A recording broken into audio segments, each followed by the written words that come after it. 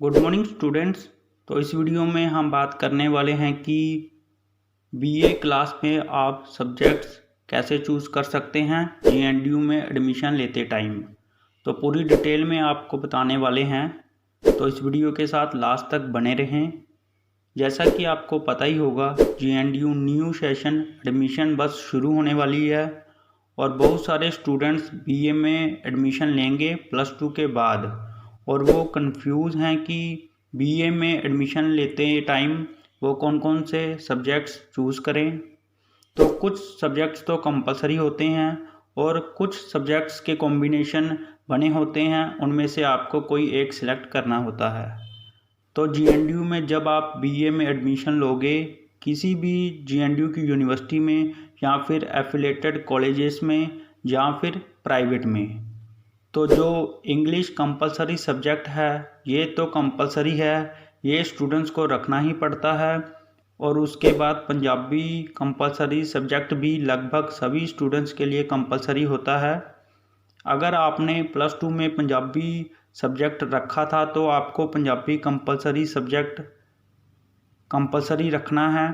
अगर आपने सीबीएसई या किसी और बोर्ड से +2 पास की है और आपने +2 में पंजाबी सब्जेक्ट भी नहीं रखा था, तो आपको बेसिक पंजाबी सब्जेक्ट मतलब कि मुढ़ली पंजाबी सब्जेक्ट रखना होता है पंजाबी कंपलसरी सब्जेक्ट की जगह।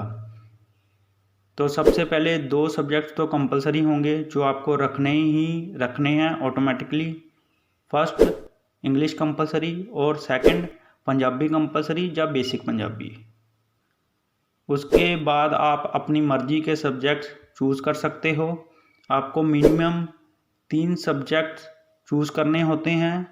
अगर आपने 1-2 और एडिशनल सब्जेक्ट्स रखना है तो आप वो भी रख सकते हैं। और हम बात करते हैं जो 3 सब्जेक्ट्स और आपने रखने होते हैं वो आप कैसे चूज़ करें। तो लगभग 50 से 60 सब्जेक्ट्स में से आपको 3 सब्जेक्ट्स चूज़ करने होते हैं और 4-5 सब्जेक्ट्स के कॉम्बिनेशन होते हैं, उनमें से आपको एक सिलेक्ट करना होता है। जैसे इकोनॉमिक्स, सोशियोलॉजी, फाइन आर्ट में से कोई एक, elective English, elective Punjabi, elective Hindi, elective Sanskrit में से कोई एक, Punjabi administration, physical education, computer science में से कोई एक, हिस्ट्री, साइकोलॉजी में से कोई एक। और बहुत सारे सब्जेक्ट्स सिंगल होते हैं जिनमें से भी आप कोई सिलेक्ट कर सकते हो, जैसे home science, political science, geography, music instrumental, music vocal, psychology, physiology. तो आपको इनमें से सिलेक्ट करने होते हैं। आपको कुछ बातों का ध्यान रखना है सिलेक्ट करते टाइम कि जो भी सब्जेक्ट्स आप चूज़ करो वो आपने +2 में पढ़े हों, तो आप बीए में आसानी से क्लियर कर पाओगे। और दूसरी बात, हमेशा एक प्रैक्टिकल सब्जेक्ट ज़रूर चूज़ करें, क्योंकि प्रैक्टिकल सब्जेक्ट में पास होना आसान होता है और उसमें आपके मार्क्स भी बहुत सारे आ जाते हैं, जिससे आपकी परसेंटेज और ज़्यादा इंक्रीज़ हो सकती है। तो आप आराम से सोच समझ के चूज़ कर सकते हैं। और एक प्लस पॉइंट बस रेगुलर स्टूडेंट्स के लिए होगा। अगर बाई चांस आपने कोई सब्जेक्ट रखा है जो आपको बीए की क्लासेस शुरू होने के बाद समझ में नहीं आता, जहाँ थोड़ा हार्ड लगता है, तो आप सब्जेक्ट भी चेंज कर सकते हो वो वाला बाद में जाकर। जैसे कि आपकी क्लासेस जुलाई में शुरू होंगी और आप अगस्त में जाकर वो सब्जेक्ट भी चेंज कर सकते हो, लेकिन सितंबर अक्टूबर में जाकर वो नहीं होगा। तो अगर आपने चेंज करवाना हो तो पहले पहले ही करवा लें।